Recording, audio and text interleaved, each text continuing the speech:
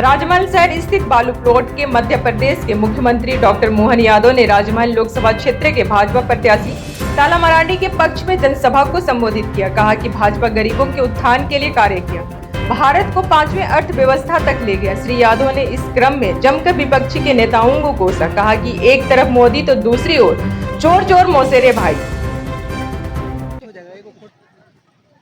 जिला साहिबगंज और मंच पर विराजमान श्रीमान नेता प्रतिपक्ष अमर सिंह बावरे जी, इस मंच पर ही अभी जिन्होंने अपनी बात रखी, हमारे प्रदेश के उपाध्यक्ष माननीय राकेश प्रसाद जी, सह लोकसभा प्रभारी और मेरे बहुत पुराने मित्र, और इसी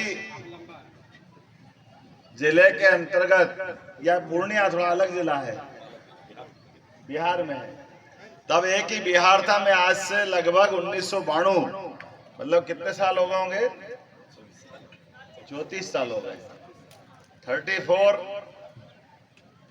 बहुत होते 34 साल। लेकिन उस पूर्णिया की रैली में भी हमने विद्यार्थी परिषद के माध्यम से जिस विषय को उठाया था, जो चेतावनी दी थी, जो अलार्मिंग कॉल हुई थी, उसका एहसास अब हमको अच्छे से यहाँ हो रहा है। इसी मंच पर विराजमान जिलाध्यक्ष उज्जवल मंडल जी, बजरंगी यादव जी, किसान मोर्चा के राष्ट्रीय मंत्री श्रीमती कृष्णा महतो जी, ओबीसी मोर्चा राष्ट्रीय मंत्री श्री संजीव जी जो संचालन कर रहे हैं, अजय कुमार चौधरी जी, नाम तो बहुत सारे हैं, सबको प्रणाम करता हूँ, जोरदार अभिनंदन करके सबको गंगा माता का आशीर्वाद मांगता। बोलो गंगा मैया की, महाकाल महाराज की। कितना सुखद संयोग है, मैं बाबा महाकाल की धरती से आता हूँ, उज्जैन से, और बाबा महाकाल की शोभा कैसे है? बाबा महाकाल की शोभा उनके शीश पर गंगा के धारण करने से। वो हमारे लिए गंगा माता का महत्व बताते हैं। बाबा महाकाल, बाबा शिव शंकर, जिनके माध्यम से ये फैली हुई गंदगी, जिसको अलग अलग कारण से हम सब देख भी रहे हैं, लेकिन एक ऐसा गंगा पुत्र जिनका नाम है यशस्वी प्रधानमंत्री नरेंद्र मोदी जी। जोरदार अभिनंदन करो नरेंद्र मोदी जी के लिए। हमारे लिए वर्तमान के समय में, हमने केवल इतिहास में सुना था कि हमारे अपने भागीरथ के प्रयास से गंगा माता का अवतरण इस धरती पर हुआ था, और गंगा माता ने अपने सारे पूर्वजों के भागीरथ के प्रयास के लिए स्वर्ग से अवतरित होकर के वो आई, और सबके पाप धोने का काम और सबके मोक्ष दिलाने का काम उन्होंने किया है। जाने अनजाने हम वो काल की घटना को केवल पढ़ सकते हैं, सोच सकते हैं, जानकारी ले सकते हैं इतिहास में हमारे धर्म ग्रंथों के माध्यम से, लेकिन कितनी समानता है आज के उस युग में भी, जो उस हजारों साल पुरानी घटना से आज भी मेज खाती है। भागीरथ ने अपने जीवन में तपस्या करके माता गंगा का अवतरण कराया, अपनी साधना से, अपनी इच्छा शक्ति से, अपनी भक्ति से, और ये सारे के सारे पूर्वजों को तारते हुए इस धरती के ऊपर स्वर्ग से गंगा माता का अवतरण करके ये मौका हमको दिया। और आज के इस फैले हुए उसी कीचड़ के दलदल में कमोबेश उसी प्रकार से, जैसे भागीरथ को अपने स्वयं की साधना शक्ति भक्ति लगानी पड़ी, यशस्वी प्रधानमंत्री ने भी वही साधना वही भक्ति का मार्ग चुना है। ये 142 करोड़ देशवासियों का जीवन अच्छा करने के लिए ये हमारे लिए सौभाग्य की बात है, ये मौका हमको मिल रहा है। जिनने अपने जीवन में, आप बताओ, हम सारे लोग बैठे हैं, हमारे अपने परिवार के अंदर माननीय प्रधानमंत्री की सरकार के पहले की सरकारें याद कर लें, लगभग 60 साल से ज्यादा कांग्रेस की सरकारें रही है। बीच में अटल बिहारी वाजपेयी का थोड़ा सा समय छोड़ दो, जिन्होंने अपने सरकार के माध्यम से गांव से गांव जोड़ने की प्रधानमंत्री सड़क का अनुपम देन दी थी। एक बार अटल बिहारी वाजपेयी जी के लिए जोरदार ताली बजाओ, हमारे अपने भारत रत्न स्वर्गीय अटल बिहारी वाजपेयी जी, जिन्होंने सच्चे अर्थों में लोकतंत्र को जिंदा रखा है। 50 साल 5 प्रधानमंत्री के सामने दहाड़ते हुए लोकतंत्र की आवाज को जिंदा रखा है। और आप कल्पना करिए, उस 50 साल के शासनकाल में भी हमारी पार्टी भले ही 2 सदस्यों पे चली गई 1984 में, लेकिन एक भी आदमी भूल से भी किसी पे कोई गलत आरोप नहीं लगा। उसके उल्टे आज के इस कार्यकाल के अंदर जो हमने अपनी पार्टी की स्थापना के समय से कहा था, जो प्रधानमंत्री आज धूमधाम से बोलते हैं, ना खाऊंगा और ना खाने, जोर से बोले, ना खाऊंगा ना खाने दूंगा, ये घोषवाक्य किसका है? यशस्वी प्रधानमंत्री का। और जिनने अपने जीवन काल में जो बोला है, इसीलिए कहते हैं जो मोदी है तो मोदी है तो अब बच्चा बच्चा बोलता है। एक तरफ वो ओजस्वी तेजस्वी और अपने भक्ति मार्ग के माध्यम से देश की सेवा करने वाले यशस्वी प्रधानमंत्री, और एक तरफ ये सारे के सारे, हल्के शब्दों में बोलो तो एक मुहावरा हिंदी का होता है, चोर चोर एक साथ सारे इकट्ठे हो गए और एक ही थैली के चट्टे बट्टे, किसी को कोई फर्क ही नहीं पड़ता, इतनी मोटी चमड़ी के हो गए। कहने के लिए तो कहते हैं कि हम कानून की रक्षा की बात कर रहे हैं। अरे कितना झूठ बोलते हैं कि झूठ के पहाड़ एवरेस्ट से ऊंचे निकल गए, हिमालय की चोटी से ऊपर निकल जाए, इतना कोई झूठ बोलता है क्या? संविधान की रक्षा कर रहे हैं और संविधान ने पहला निर्णय किया कि आप इस देश के अंदर कोई भी चोरी चकारी अपराध करेगा तो गरीब से गरीब आदमी हो या अमीर से अमीर आदमी, दोनों बराबर होना चाहिए। अब ये होना चाहिए कि नहीं होना चाहिए? इतनी बड़ी मोटी चमड़ी के लोग ये कह रहे हैं हम मंत्री बन गए, हम मुख्यमंत्री बन गए, हम राष्ट्रीय पार्टी के पदाधिकारी हो गए, हमारे बाप दादा ने 5 पीढ़ी तक सरकार चलाई, इसलिए हम कानून से ऊपर हो गए। गरीब आदमी रिपोर्ट होगी तो पुलिस उसको बंद करेगी, लेकिन बड़ा आदमी है तो उसको छोड़ना चाहिए क्या? आप बताओ, छोड़ना चाहिए क्या? उसका स्थान कहाँ होना चाहिए? जेल में होना चाहिए कि नहीं होना चाहिए? और जैसे ही जेल जाने लगे तो ये सब चिल्लाने लगे। पहले एक दूसरे से लड़ते थे, एक दूसरे को गाली बकते थे, लेकिन जैसे ही जेल जाने का क्रम चालू हुआ, अरे हम तो हरिश्चंद्र की संतान है। राजा हरिश्चंद्र बनारस वाले याद करो, जिन्होंने अपनी ईमानदारी के लिए अपनी पत्नी से भी वही बात की जो हमारा धर्म हमको सिखाता है, लेकिन दुर्भाग्य के साथ वर्तमान के समय में ये सारे के सारे बेईमान। अब आप बताओ, कोई प्रधानमंत्री पूरे देश के अंदर, आप बताओ, प्रधानमंत्री का कोई एक मकान है क्या? किसी का मकान है क्या? और उल्टे 3 करोड़ लोगों को फिर मकान देने वाले और 4 करोड़ लोगों को, यहाँ भी आपका ये राजमहल भी होगा, आपको मकान दे रहे कि नहीं दे रहे? जोरदार ताली बजा के बताओ अगर दे रहा हो। ये नेतृत्व करता होना चाहिए, जिसका अपनी जीवन में कोई बैंक खाता नहीं, कोई के पास तनख्वाह महीने की भी मिलती है। आज प्रधानमंत्री को तो आप तो गंगा किनारे वाले हो, प्रधानमंत्री भी गंगा के किनारे के प्रधानमंत्री के पहले सांसद बने। वो अपनी पूरी तनख्वाह हर महीने की अपने साथ काम करने वाले कर्मचारी, वो अपने कपड़े प्रेस करने वाले होंगे या उनका खाना खिलाने वाले होंगे, ऐसे सारे गरीब लोगों के लिए अपनी सारी तनख्वाह उनको दे देते हैं, जिनके पास 1 रुपए की पूंजी नहीं, एक मकान नहीं, एक दुकान नहीं, कोई बाल बच्चा नहीं। आप बताओ, ये सब परिवार वाले चुनाव लड़ रहे हैं, उनके परिवार से कोई चुनाव लड़ रहा है क्या? नरेंद्र मोदी के चुनाव में आप पूरा देश गवाह है, तो ये सच्चे अर्थों में देश की सेवा करने वाला का चुनाव है।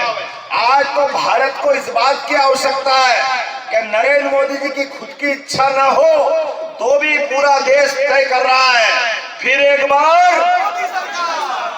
बार ये देश तय कर रहा है और कोई तय नहीं कर रहा है। इस देश को ऐसा उज्जवल चरित्र का व्यक्ति चाहिए जिसने अपने देश के अंदर सारे लोग 25 करोड़ लोग जो गरीबी रेखा के नीचे थे उनकी जिंदगी में उजाला लाने का काम किया। ये बड़े लोगों की गैस चूल्हा कोई सोच नहीं सकता था। ये आपके देसी घुसपैठियों की मुझे बताया गया, इस घुसपैठियों के खिलाफ आप अंदाज लगा लो सारे निर्णय सबके लिए देश में आगे बढ़ने का काम अगर कोई दे रहा है तो माननीय नरेंद्र मोदी जी कर रहे हैं। अब एक से हमारा 142 करोड़ का देश और हमारी सेना संयुक्त राष्ट्र संघ के कारण से केवल 13.5 लाख है, लेकिन देश की सुरक्षा के लिए आज के अवसर पर आप बताइए नरेंद्र मोदी जी की दम है और सेना का अंदर लगातार सुधार करते करते दुनिया की सबसे अच्छी तीसरी सेना बनाने का काम अगर किसी ने किया है तो देश के प्रधानमंत्री नरेंद्र मोदी जी ने किया है। एक एक करके वो सारे काम जिससे देश अच्छा होगा। कभी कोई सोच सकता था राजमहल में बंदरगाह बनेगा? जोरदार ताली बजाओ इस बात के लिए। आपके राजमहल के अंदर गंगा तो कभी से थी, हजारों साल से, लेकिन कांग्रेस और इनके लोगों ने कभी नहीं सोचा कि यहाँ भी बंदरगाह बनेगा, यहाँ के भी लोगों की जिंदगी बदलना चाहिए। अरे जो बॉर्डर के इलाके थे वहां तक सड़क, पुल, सेना और तो और जिस पाकिस्तान के आधार पर हमेशा कांग्रेस के लोग आड़ लेकर के हमेशा कहते थे ये आतंकवादी आ रहे हैं, हम क्या करें, पाकिस्तान मानता ही नहीं है, ये आतंकवाद का जनक है, ये सैनिक भेजता है, ये सारे बहाने 60 साल तक चलाए। लेकिन जैसे ही आपने 2014 में मोदी जी की सरकार बनाई और मोदी जी ने कहा था कि 60 साल उनको दिए, मुझे केवल 60 महीने दीजिए, 60 महीने इस देश को मुस्कुराने के लिए दीजिए, 60 महीने इस देश को आतंकवाद से मुक्त करने के लिए दीजिए। और हमने सबने देखा पाकिस्तान पहले टिफिन बम हॉस्पिटल में, सिनेमा में, दिल्ली में, बंबई में, जहां तहां पता नहीं कहां का बम फोड़ता था। भूल से भूल गया कि अब पाकिस्तान के भारत में नरेंद्र मोदी की सरकार हो गई। जैसे ही गलती करी उसको घर में जाकर के मारने का काम अगर किसी ने किया है तो यशस्वी प्रधानमंत्री नरेंद्र मोदी ने किया। अरे दुश्मन कहीं भी हो, घर में हो या पड़ोस में हो, किसी भी देश में हो, दुश्मन को दुश्मन के तरह से निपटना चाहिए कि नहीं निपटना चाहिए? देश की जनता की पुकार है, देश को आतंकवाद से मुक्त कराने के लिए, देश को सुशासन में आगे बढ़ाने के लिए। और आज तो बदलते दौर का समय है। 2014 में जैसे मोदी जी ने कहा कि मुझे पूर्ण बहुमत की सरकार दो, तो पूरे देश में पूर्ण बहुमत की सरकार दी 272 बनाकर। फिर 2019 में कहा मुझे देश में सुशासन लाना है, सांस्कृतिक अनुष्ठान करना है, तमाम प्रकार की पुरानी गलतियों को दुरुस्त करना है। जम्मू कश्मीर की धारा 370, यह मुस्लिम बहनों की 3 तलाक की परेशानी और भगवान राम का वो अयोध्या धाम, बोलो जय जय श्री राम। अयोध्या धाम में इस देश के अंदर, अरे आप बताओ, सबको मालूम है भगवान राम का जन्म कहाँ हुआ? कहाँ हुआ ओझा जी भगवान राम का जन्म? आप बताओ कहाँ हुआ? अयोध्या में। आप बताओ कहाँ हुआ? हम सबको मालूम, पूरे देश को मालूम। अगर नहीं मालूम तो कांग्रेस वाले, झारखंड मुक्ति मोर्चा वाले, जो उनके साथ वाले, उनको नहीं मालूम भगवान राम कहाँ पैदा हुआ। अरे इस देश में भगवान राम पे प्रश्न उठाते हो, उनके मंदिर पे प्रश्न उठाते हो, देश कैसे बर्दाश्त करेगा आपको? भगवान राम को इसीलिए कहा गया है जो राम का नहीं वो किसी का नहीं, जो राम का नहीं वो किसी का नहीं। हमने किसी की निंदा नहीं की, किसी को गलत नहीं किया, लेकिन इस देश में भगवान राम, भगवान कृष्ण अगर इनका आदर नहीं करेंगे और बाबा महाकाल का आदर नहीं करेंगे तो किसका करेंगे? हमारे लिए तो सबको गले लगाते हैं। ये हमारा अपना देश है। जब देश आगे बढ़ता है तो देश की जड़ों को भी नहीं भूलना पड़ेगा। आने वाले समय में 2024 का चुनाव भारत को दुनिया का नंबर 1 देश बनाने के लिए है। हमारा सबका वोट भारतीय जनता पार्टी को नहीं मिल रहा है। भारतीय जनता पार्टी के माध्यम से लोकतंत्र को मजबूत करने का संकल्प आप सब ले रहे हैं। इस संकल्प के माध्यम से दुनिया में भारत का देश नंबर 1 बनेगा और दुनिया में मानवता की स्थापना होगी। अभी मैं आ रहा था, आपके विधायक जी ने नेताजी सुभाष चंद्र बोस की बहुत अच्छी प्रतिमा बनाई। नेताजी सुभाष चंद्र बोस जिंदाबाद। आप बताओ, नेताजी सुभाष चंद्र बोस हो, नरसिम्हा राव हो, अरे कांग्रेस के लोगों ने भी अच्छा काम किया तो नरेंद्र मोदी जी का कलेजा है कि सबको भारत रत्न दिया। जोरदार ताली बजाओ। ये हमारा अपना चरित्र है और इनका कितना छोटा मन है। ये जब भी मुंह खोलते हैं तो मोदी जी के लिए गाली बकते हैं। सुबह गाली, शाम को गाली, क्योंकि 5-5 पीढ़ी परिवार की इनकी हो गई। इनके साथ वाले भी परिवार के अंदर ही सारी सरकार रखना चाहते हैं। तो आज लोकतंत्र के अंदर हम सबको याद रखना है। भगवान कृष्ण का समय याद करो। 5000 साल पहले भगवान कृष्ण ने भी शिशुपाल, उनकी बुआ का ही लड़का था, लेकिन सुबह शाम शब्द बोलता था। उनकी बुआ ने बोला कृष्ण भगवान से कि कृष्ण ये तुम्हारा भाई है, ये बोले तो बोलने देना, तुम मत करना कुछ भी। तो उन्होंने कहा बुआ मैं याद रखता हूँ तुम्हारी बात, मैं भी मानता हूँ भाई है मेरा, लेकिन कब तक है? मैं 1 2 3 4 इसकी 100 गाली गिनूंगा और जैसे ही 100 पूरी हो जाएगी इसके बाद भूल जाऊंगा ये कौन है और मैं कौन हूँ। जैसे ही 99 100 हुई आएगी भगवान कृष्ण वाली और निश्चित रूप से फूल कमल का खिलेगा और ये सारे धड़ाम हो जाएंगे। तो हमारे अपने बीच आज के इस अवसर पर हम सब संकल्प करें इस देश में पुनः मोदी की सरकार लाने के लिए। जो जो तैयार है अपने स्थान पे खड़े हो जाए और बांध के मुट्ठी कहे, एक एक वोट जब तक भाजपा के पक्ष में नहीं डल जाए तब तक शांति से नहीं बैठेंगे। बोलो सब तैयार है? इधर से सब तैयार है? तो मेरे साथ बोलो भारत माता की, भारत माता की, प्रभु रामचंद्र महाराज की, गोपाल कृष्ण भगवान की। बहुत बहुत धन्यवाद। भारत माता की जय। भारतीय जनता पार्टी के वरिष्ठ नेता, मध्य प्रदेश के यशस्वी मुख्यमंत्री आदरणीय डॉक्टर मोहन यादव जी, मंच पर विराजमान भारतीय जनता पार्टी के युवा और ऊर्जावान नेता, उनको हम मतदान करने वाले हैं। अभी चुनाव जो हो रहा है यह अंतिम चुनाव है। पूरे देश के अंदर चुनाव हो चुका है।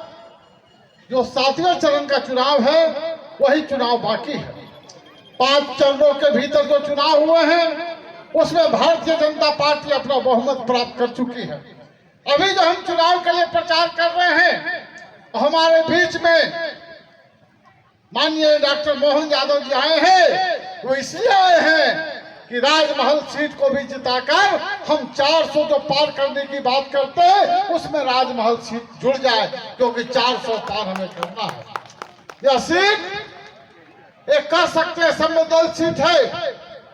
यहाँ बांग्लादेशी घुसपैठियों का लगातार आना है और हमको कहने में कोई संकोच नहीं है कि आज जो बांग्लादेशी घुसपैठी आ रहे हैं, इस घुसपैठियों का संरक्षक कोई है तो यहाँ की राज्य की सरकार है। आज यदि चाहती तो जो आपका हक मारा जा रहा है, बांग्लादेशी घुसपैठियों जो आपका हक मार रहे हैं, वो यदि सरकार चाह ले कि राज्य की सरकार, तो आपका हक नहीं मारा जाता। आज राजमहल लोकसभा पूरा तरह से बदनाम करके इन लोगों ने रखा है। पिछले 10 साल से यहाँ के कांग्रेस के सांसद हैं, झारखंड मुक्ति मोर्चा के समर्थन से हैं और आज कहने में संकोच नहीं है कि यदि अभी तत्काल जो सबसे बड़ा घोटाला हुआ है वो पत्थर घोटाला कहीं और नहीं यहीं पर हुआ है। और इस पत्थर घोटाले के सरगना जो हमारे पूर्व मुख्यमंत्री थे, निवर्तमान मुख्यमंत्री, आज उनके देख रेख में यह घोटाला हुआ है और आज वो जेल में बंद है। इसी लोकसभा का दूसरा विधायक, एक विधायक जेल में बंद है इसी लोकसभा का, दूसरा विधायक भी जेल में बंद है कांग्रेस का, इसी लोकसभा से कि उसके नौकर के यहाँ, उसके कर्मचारी के यहाँ 35 करोड़ रुपया मिलता है और उसके बाद ईडी उसको गिरफ्तार करती है। इन लोगों ने राजमहल लोकसभा को बदनाम किया है। इसलिए मैं आपसे आग्रह करना चाहता हूं कि जो खोई हुई प्रतिष्ठा है हमारी राजमहल लोकसभा की, जो इन कांग्रेस पार्टी के लोगों ने, जो झारखंड मुक्ति के मोर्चा के लोगों के द्वारा भ्रष्टाचार के कारण हमारी प्रतिष्ठा जो धूमिल हुई है, उसको वापस लाने का एक ही उपाय है कि 1 जून को जब हम मतदान करेंगे, कमल के फूल पर जब ईवीएम पर हम अपनी उंगली दबाएंगे, तो जहां एक और ताला मरांडी जी को सांसद के रूप में चुनेंगे, वहीं दूसरी ओर इस देश के प्रधानमंत्री के रूप में माननीय नरेंद्र मोदी जी को चुनेंगे। आपके एक वोट से आपको सांसद भी मिलेगा और एक वोट से देश के सच्चे प्रधानमंत्री जी भी मिलेंगे। आप जब एक वोट डालेंगे तो एक विकसित भारत का नक्शा खड़ा करेंगे। आदरणीय श्री राकेश प्रसाद जी, आदरणीय श्री अनंत ओझा जी, राष्ट्रीय मंत्री आदरणीय श्री कृष्णा महतो जी और मंचासीन सम्मानित जिला अध्यक्ष भाई उज्जवल मंडल जी और सम्मानित मंच, ज्यादा समय नहीं लेंगे। दोस्तों, मध्य प्रदेश के पिछड़ों और दलितों की आवाज डॉक्टर मोहन यादव आज हमारे बीच आए हैं। हम तमाम पिछड़ों और दलितों के तरफ से उनका हार्दिक अभिनंदन करते हैं और आश्वस्त कराना चाहते हैं कि नरेंद्र मोदी जी की जो तीसरी पारी है राजमहल लोकसभा क्षेत्र से, यहाँ के लोकप्रिय प्रत्याशी श्री ताला मरांडी जी को हम सभी भारी मतों से विजयी दिलाएंगे, ये आपको विश्वास दिलाते हैं। साथियों, ज्यादा समय नहीं है, बस इतना ही हम कहना चाहते हैं कि जो भी हमारे भाजपा के सिपाही हैं, साथी हैं, देवतुल्य साथी हैं, आप सबों से मेरा निवेदन है कि अधिक से अधिक मतदान कराने के लिए आप सभी प्रेरित करें लोगों को। सभी यहाँ भाजपा से तमाम लोग, चाहे यहाँ आदिवासी हो, अकलियत के लोग हो, पिछड़ा हो, दलित हो, तमाम लोग मोदी जी के तमाम कामों को देखकर मोदी जी के प्रति सभी समर्पित हैं और उन्हें देना चाहते हैं। इन्हीं शब्दों के साथ आप सभी को बहुत बहुत धन्यवाद।